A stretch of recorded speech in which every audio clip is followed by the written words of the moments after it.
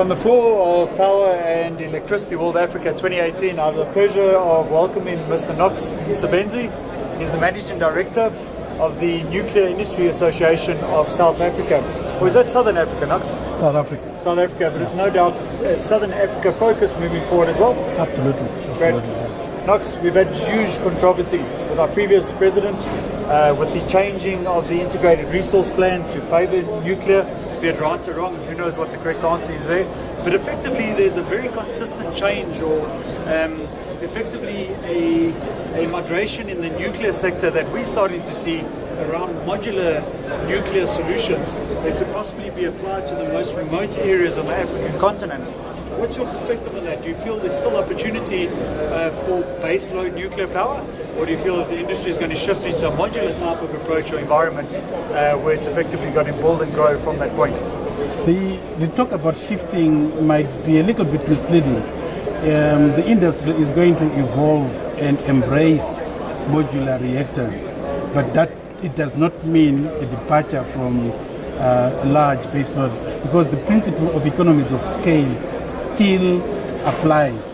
If you're talking about a 40 or 50 gigawatts type of an economy, to build a South African type of economy, right? South African type of economy, it makes sense to have a huge capacity. Right now, the bulk of our capacity is in the eastern, is in Mpumalanga, and a lot of that power is shipped down to the coastal areas.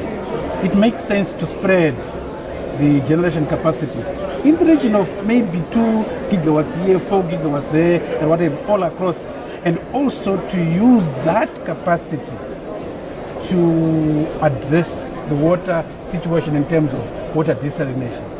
So it makes a lot of sense to have a lot of capacity by the coast, so that we don't have long transmission lines coming from Mpumalanga going across almost 2,000 kilometers, and with all the losses that are associated. I caught a bit of alignment there between desalination and nuclear. Why do you feel that a nuclear-based technology and desalination is aligned?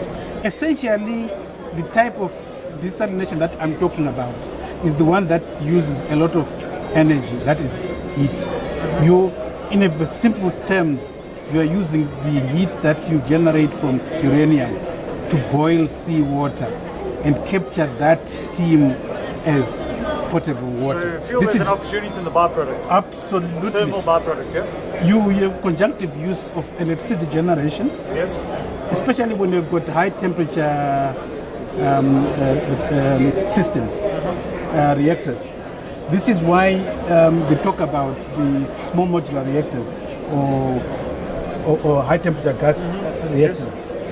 The exit heat from the cycle is at sufficient temperature to be able to be used in a heat transfer to boil water, essentially. So you are having, instead of having cooling towers or dumping the heat into the sea. It's effectively a waste energy solution.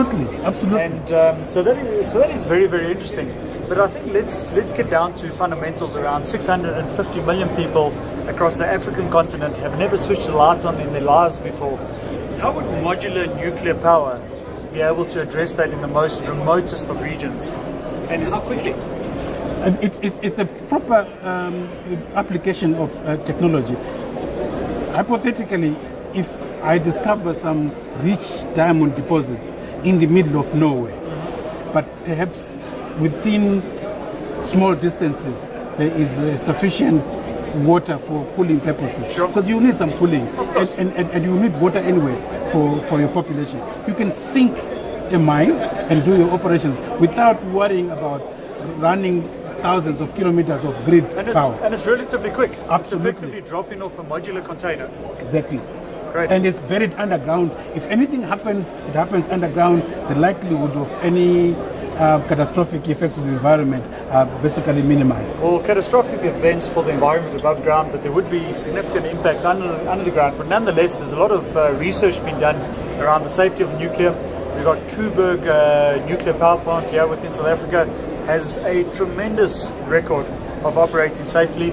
We had a few international disasters and they've been catastrophic in their own right, but nonetheless I think nuclear has a relatively good name, right? and it seems to be relatively feasible for one of the components of an energy mix across the African continent. So if I painted a quick scenario for you and I labeled it a microgrid, right, do you feel that a modular nuclear reactor could be a very sustainable solution in a microgrid type of environment, possibly with 2 or 3 other energy sources in the form of solar PV and possibly hydro?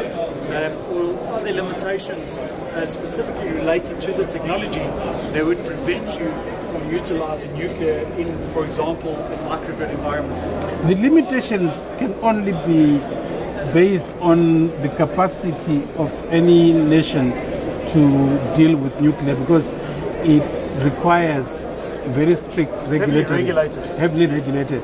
And in fact, the public needs to know that the regulation is for the benefit of the public. Of course. We cannot have overnight people, chancers, just saying, I want to build a nuclear power plant here. It is one of those industries where there are eyes throughout. In fact, it's more regulated than the aviation industry. Of course it is. So, yes. so the limitations will be in the ability of the countries to actually to put up regulatory and other infrastructure to be able to do that. But otherwise, one of the main reasons, the selling points of modular reactors is they are quicker to process, to deploy, and so on. They require very little in terms of... a modular reactor come with certain safety bands built in? Yes, so absolutely. It's modular, it arrives safe and it departs safe. Absolutely. It's like comparing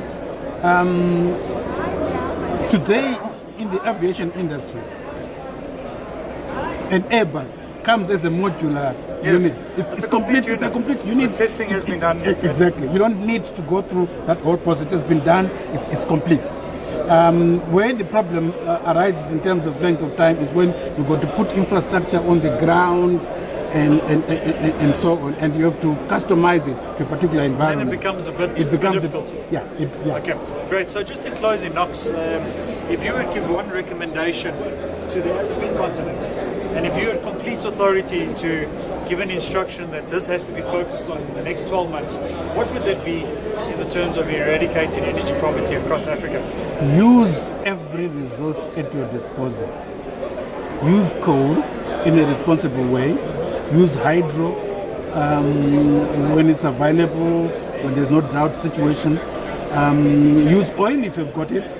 And use nuclear as much as possible, because it is highly unlikely that we will be able to power 650 million people simply from one source of energy. We need to have a diversity of resources. You're talking about the energy mix? Absolutely. Knox, so thank you very much. It's certainly been insightful. On behalf of Power and Electricity World Africa 2018, we say thank you very much, and thank you very much to the Industry Association around nuclear and the consistent supply of information that we're receiving for the general public and the industry alike to understand it better. Thank you. Thank you very much. Thank you. Great. All right.